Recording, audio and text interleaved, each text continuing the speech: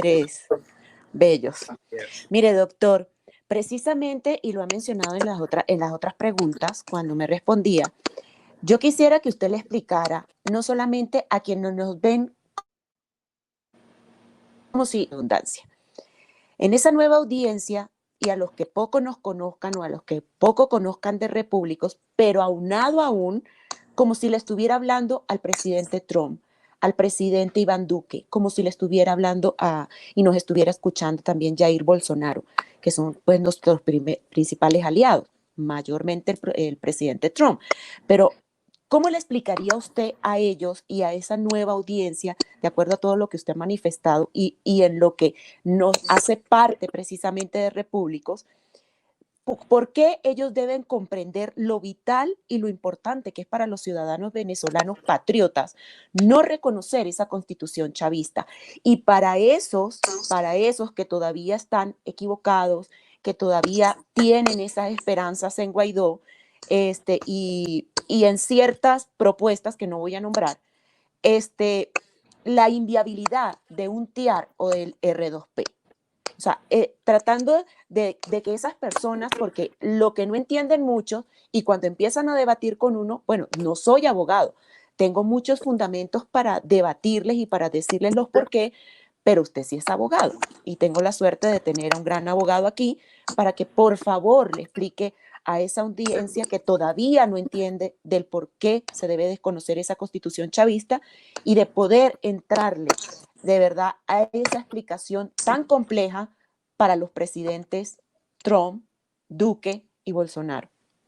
Mira, yo tendría que comenzar por hacer una brevísima introducción, un brevísimo Adelante, preámbulo. Y adelante, esto es lo doctor. siguiente. Es cierto, yo soy abogado, pero yo entiendo como abogado que las leyes tienen su ámbito dentro de la sociedad política. Para que haya una sociedad política debe existir un Estado, debe constituirse un Estado, donde hay una serie de garantías políticas y jurídicas, donde se establece un equilibrio, pesos y contrapesos, para que en esa separación de poderes existan las condiciones ideales en las cuales esta sociedad política debe funcionar.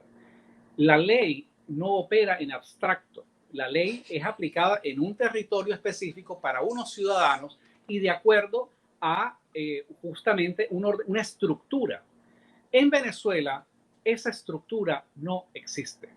Así es. Este es uno de los problemas que cuesta explicarle. Entonces aquí termino mi preámbulo para dirigirme, como me lo has pedido, al presidente Donald Trump, presidente Jair Bolsonaro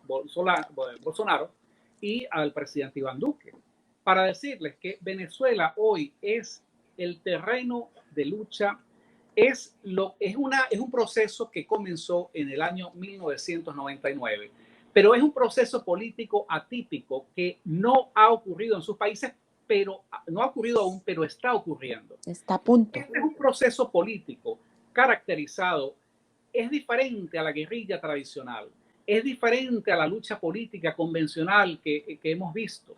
Esto no se parece a una lucha electoral de ningún otro país, pero tampoco se puede comparar con el proceso político de una guerrilla que toma las armas y confronta por vía directa. Lo que nosotros tuvimos en Venezuela con Hugo Chávez fue el asalto del poder, reventando las estructuras internas, implosionando al Estado venezolano. ¿Qué ocurrió acá?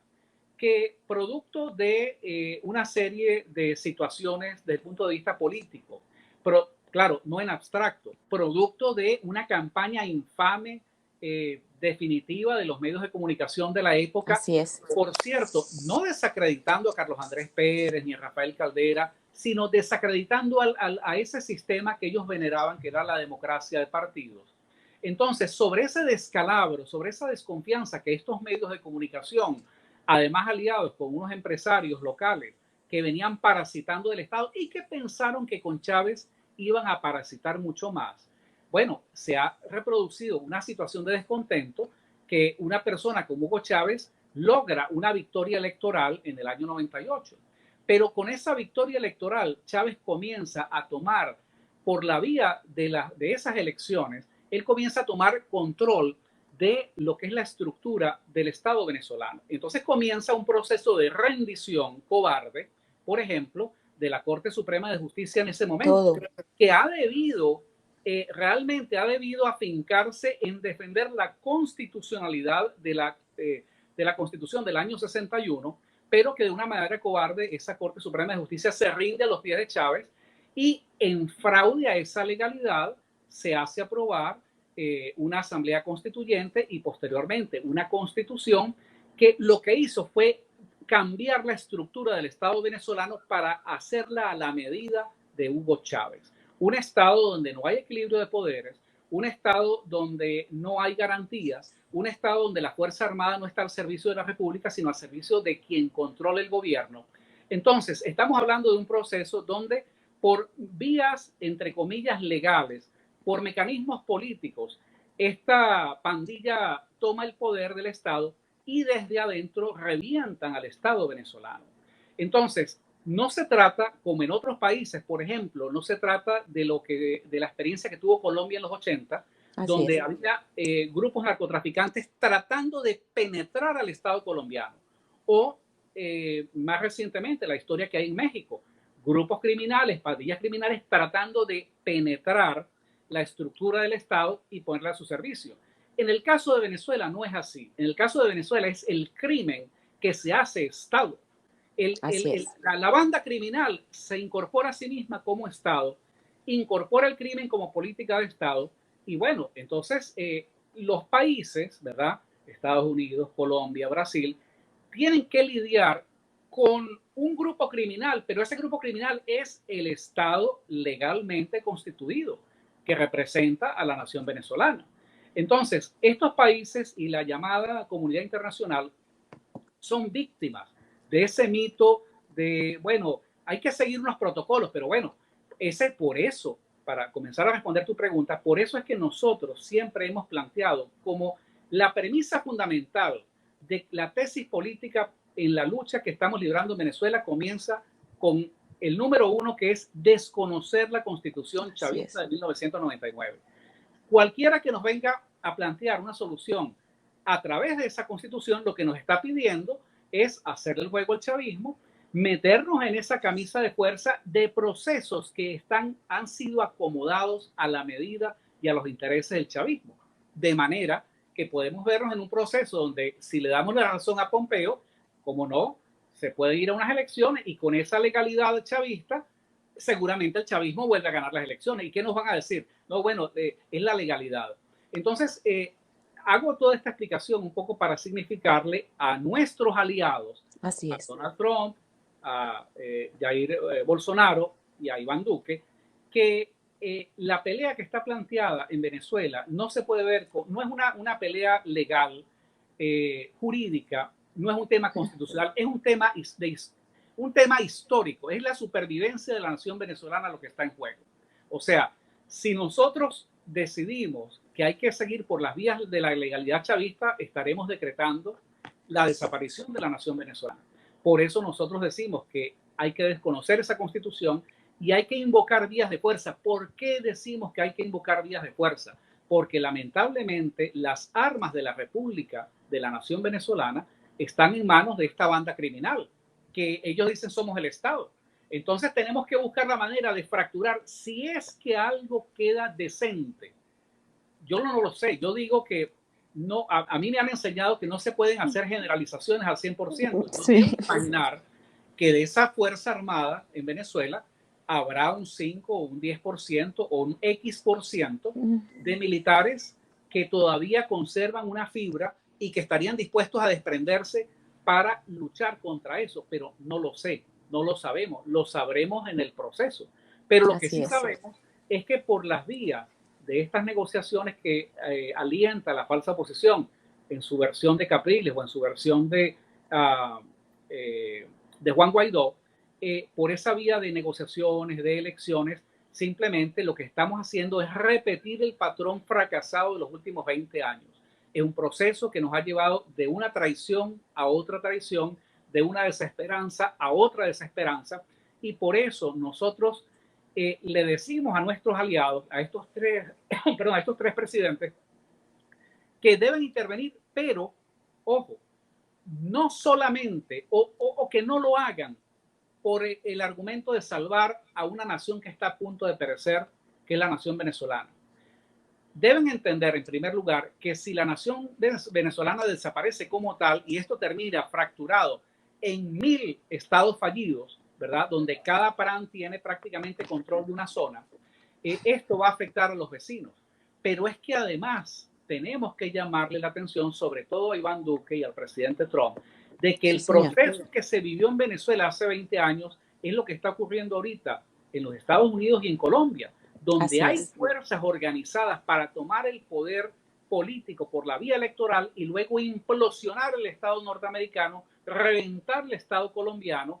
El caso de Colombia es sumamente grave.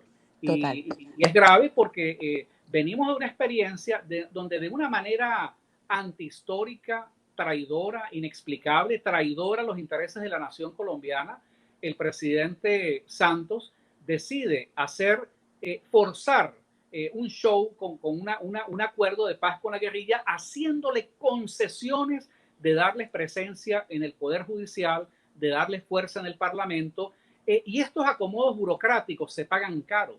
Esos acuerdos que hizo Santos se comienzan a ver ahora, digamos, las consecuencias de esto. De manera que nosotros le decimos, no solamente al presidente Duque, quien ha demostrado ser excesivamente cauteloso, demasiado políticamente correcto, y la verdad no nos hacemos ilusiones, pero nos preocupa que en general la clase política, la élite política colombiana, la élite intelectual, los medios de comunicación, ven como con indiferencia, como que lo que está pasando en Venezuela nunca nos va a pasar aquí, y tienen la bomba ya activada a punto en sus narices.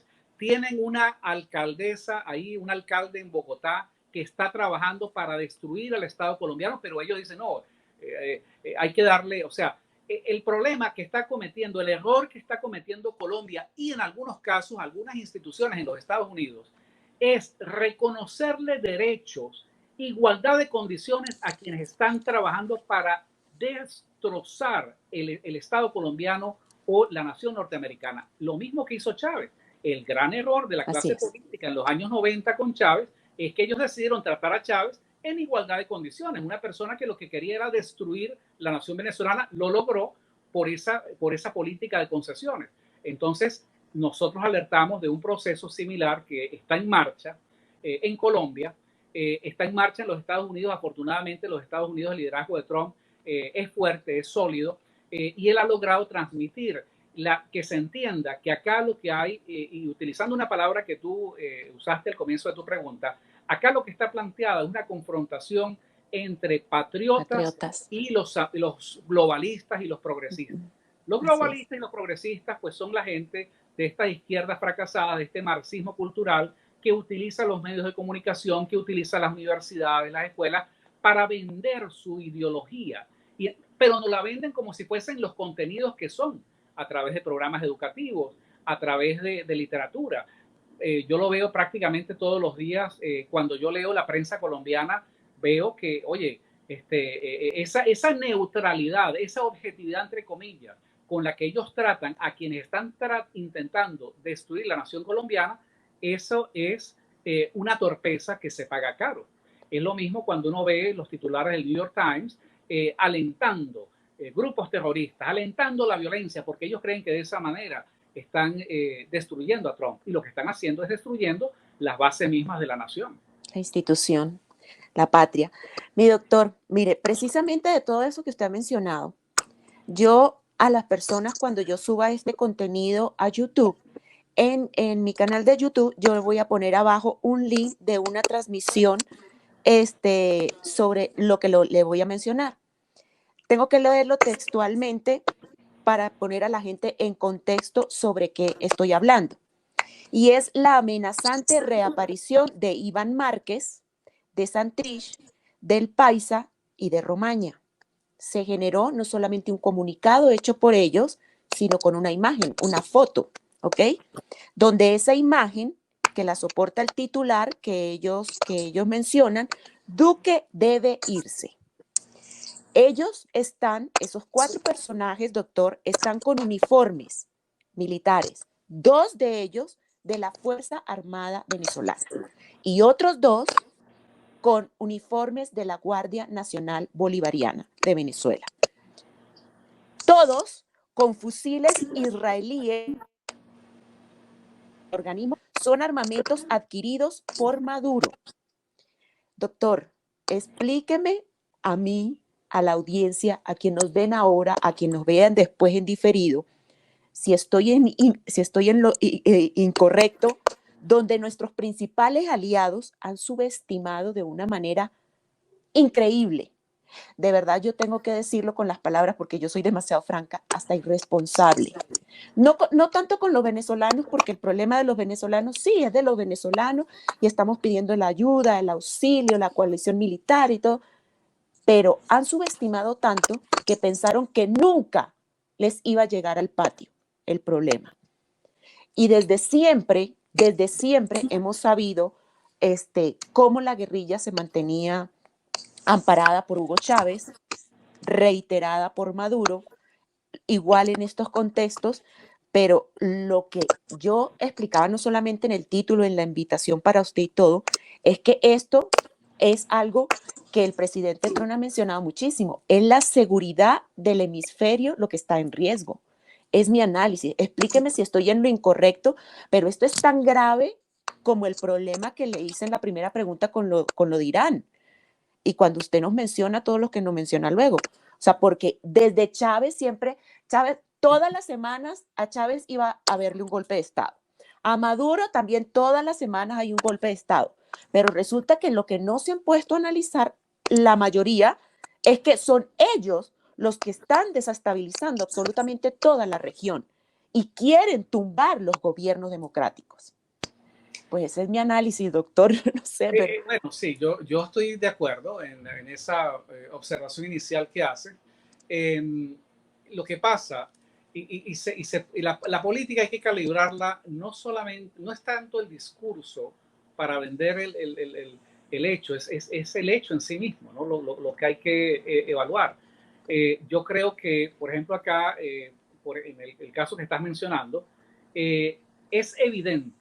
O sea, esto que estás mencionando no debes, a mí no me sorprende, no creo que te sorprenda a ti. Ninguno, A nadie a sorprende nosotros. porque es un evento más, es un evento más en una larga cadena de eventos donde el régimen chavista que hoy preside Nicolás Maduro ha utilizado, le ha entregado la franja venezolana de la frontera con Colombia a las guerrillas del ELN y de la FARC, y que Venezuela se ha convertido en el aliviadero, en el paraíso, en el refugio de toda esta gente que ha hecho, bueno, de esta vida del terrorismo. Ellos pueden perfectamente, ellos gozan de protección, de guardaespaldas, de una serie de privilegios en Venezuela. Ahora, por supuesto que Colombia sabe esto. Por supuesto que Colombia sabe todo lo que desde Venezuela se hace para atentar contra los intereses de la nación colombiana. No es nuevo, es algo que comenzó inclusive cuando justamente comenzó con Chávez, cuando el presidente Uribe estaba, pues, digamos, era el presidente de Colombia. La pregunta es, ¿por qué si estos presidentes, Uribe, Santos y ahora Duque, sabían esto?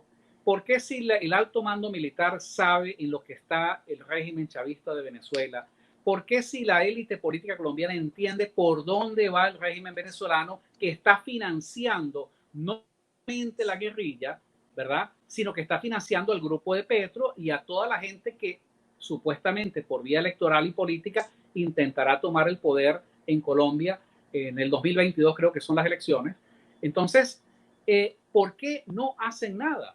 ¿Por qué cuando al presidente Uribe se le planteó, se le hizo una propuesta, y esto lo ha explicado Alberto Franceschi muchas veces, para incorporarse, para ser parte decisiva de un proceso para el derrocamiento de Hugo Chávez, él prefirió, digamos, abstenerse, ¿verdad?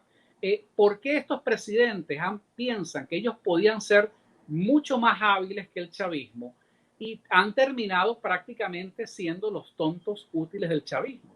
Entonces, aquí estamos tiene que haber una explicación de todo esto. Inclusive el propio presidente Uribe, de manera, yo diría, valiente, yo no tengo nada, no, en ese sentido, no lo critico al presidente Uribe cuando fue presidente. Ya ahora, una vez que él mismo se hace la autocrítica, él inclusive dice que él no hizo todas las cosas que ha debido hacer para salir de Hugo Chávez. Por eso Entonces, fue que yo dije que subestimó exacto. más allá de lo que le dijo Franceschi. Obviamente estamos viendo precisamente, doctor, y quiero agregarle, y perdón que lo interrumpa, es increíble porque la corte que mandó detenido a Uribe es la misma corte que dejó libre a Santrich y por eso se fue Bueno, y se fugó de Colombia. y si faltaba alguna prueba, ¿no le parece a nuestra audiencia que esa es la mejor prueba de para quién Así está es. trabajando esa corte? Así Entonces, es. pero claro, ¿qué es lo que pasa en todo esto? En todo esto, el problema que hay es que tenemos una camada, una generación de políticos que han sido formados bajo la ideología de la socialdemocracia. Y la socialdemocracia tiene formas engañosas, es la estafa política. Es cada vez que dicen, bueno, vamos a un proceso de negociaciones, negociaciones que son productos prácticamente de intereses, de agendas gremiales, o sea, no productos de procesos políticos y sociales reales. Entonces, esta manera de hacer política por la vía de forzar los consensos, por la vía de no confrontar, eso se estrella con la realidad.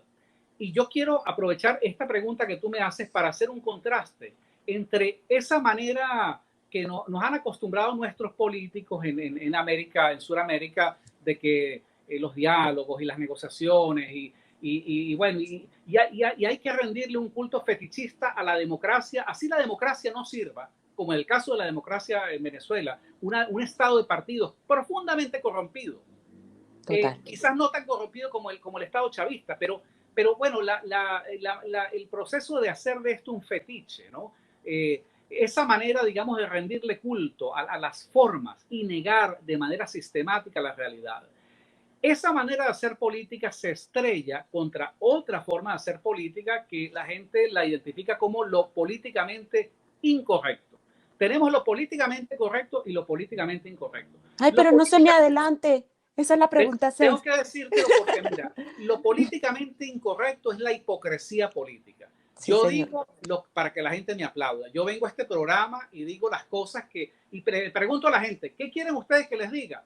La gente Así me es. dice tal cosa y yo lo digo, ¿verdad? Así es. Ahora, lo políticamente incorrecto es cuando pensando en el bien común, ¿verdad? Yo hago una elaboración política, no importa la impopularidad que voy a atraer, porque el problema para mí no es de ganar o no ganar unas elecciones, el problema es de tomar una decisión correcta. Y el mejor ejemplo, por eso es que critican a Donald Trump.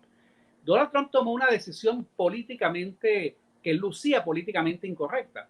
Cuando Donald Trump entendió que el general iraní Soleimani estaba en Irak involucrado, sin lugar a dudas, en un proceso de ataques militares a los Estados Unidos, él tomó una decisión, dio una orden, hay que liquidarlo, hay que eliminarlo físicamente.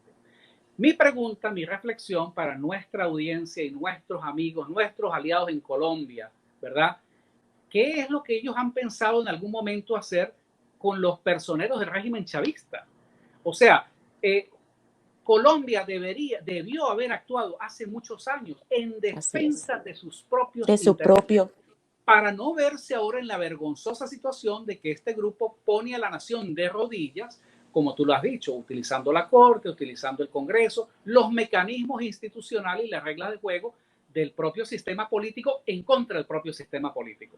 Entonces yo creo que acá lo que hay que es tener digamos, la claridad para verlo.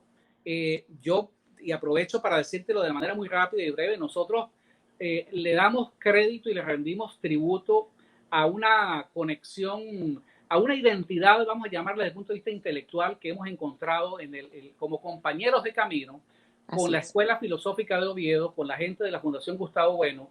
Nosotros usamos las ideas, el sistema filosófico, el sistema de ideas de Gustavo Bueno, el materialismo filosófico, como una herramienta para analizar el presente en marcha. Por eso es que nosotros a veces decimos cosas que, bueno, la gente considera que son, oye, ustedes son abogados de la guerra, ustedes están proponiendo una dictadura. Entonces, claro, se dejan impresionar por la parte semántica de la palabra sin entender el contenido todo el político. contexto. El contenido político, ¿qué es lo importante?